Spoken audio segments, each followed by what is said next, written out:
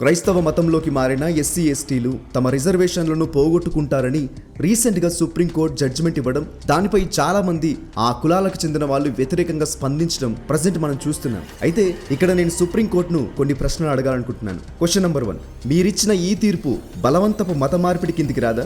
క్రైస్తవులు ప్రలోభపెట్టి, భయపెట్టి, ఆశలు చూపించి బలవంతంగా మతం మారుస్తున్నారని చెప్పి మీరు చేస్తుందేంటి? సపోజ్ ఓ క్రిస్టియన్ ఉన్నాడు, అతను మీరిచ్చిన జడ్జిమెంట్ ని చూసి రిజర్వేషన్స్ ఎక్కడ కోల్పోతానో అనే భయంతోనూ, హిందూ మతంలో ఉంటేనే రిజర్వేషన్స్ ఉంటాయి అని మీరు చూపెట్టే ఆశతోనూ అతను ఇష్టం లేకున్నా బలవంతంగా క్రైస్తవ్యాన్ని వదిలేసి హిందూ మతంలోకి మారడా? ఇది బలవంతపు మత మార్పిడి కిందికి రాదా? మీరు చేస్తుందే ఖచ్చితంగా బలవంతపు మత మార్పిడి కిందికి వస్తుంది. ఇక క్వశ్చన్ నెంబర్ 2, మతం మారిన వారు ఎస్సీ ఎస్టీలుగా పరిగణించబడరు అని అంటున్న మీకు ఆ మతం మారిన వాళ్ళని ఘోరంగా కులం పేరుతో తిడుతుంటే ఆ అవమానం తట్టుకోలేక న్యాయ వ్యవస్థని ఆశ్రయిస్తున్న వారు కనబడట్లేదా? నిద్రపోతున్నారా? వాళ్ళు మతం మార్చుకున్నారు, వాళ్ళను కులాల పేరుతో దూషించే హక్కు మీకు లేదు.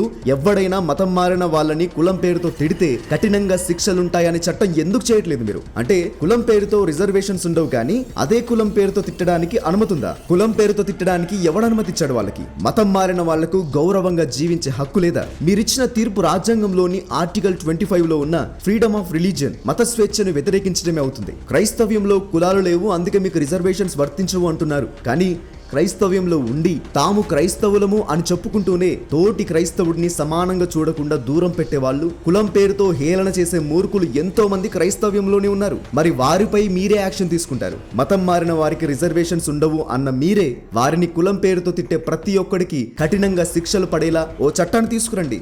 అప్పుడు మీకు నచ్చింది చేసుకోండి. ఆత్మ గౌరవం, సెల్ఫ్ రెస్పెక్ట్ కన్నా ఎవ్వడికి రిజర్వేషన్స్ ఎక్కువ కాదని గుర్తుంచుకోండి.